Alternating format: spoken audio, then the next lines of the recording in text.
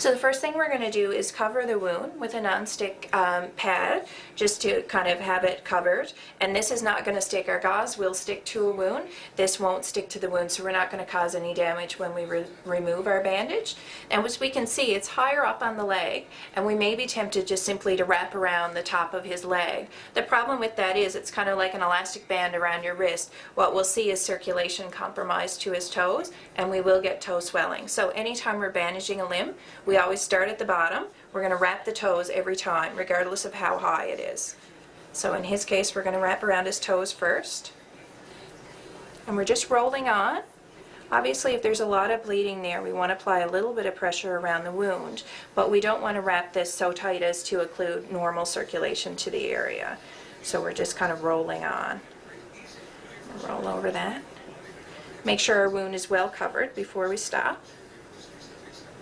So in this case, I'm just going to go till the bandage material is run out. If this was bleeding quite a lot, I might have a stack of gauze bandages here to apply pressure first and make sure that I have the bleeding under control before I start to bandage. There we go. And now we have our cling. This is Vet Wrap.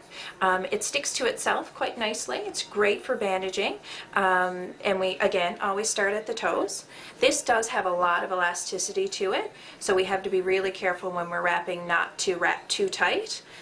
In this case, this has actually been unrolled and rolled back up, so I'm not tempted to pull too tight on it. And for these purposes, we have polka dots, and you can see I'm just rolling. The polka dots are really nice and round. We don't want a situation where we're rolling and pulling tight and stretching things across. You can see now I have ovals instead. So I'm just rolling with the tension of the bandage. I'm not pulling tight and coming across. And when we get to the top, in this case this rips quite nicely. And we're just going to close her all up. So now his foot is all bandaged, and we're set to travel to our nearest veterinarian and have his wound looked at. As a vet and a pet owner, I understand the trouble our four-legged friends can get into. I also understand that in some cases there really is no replacement for proper veterinary care. That being said, I'm hoping that the skills presented in this video, as well as a calm, level head, will help you deal with your own pet emergencies.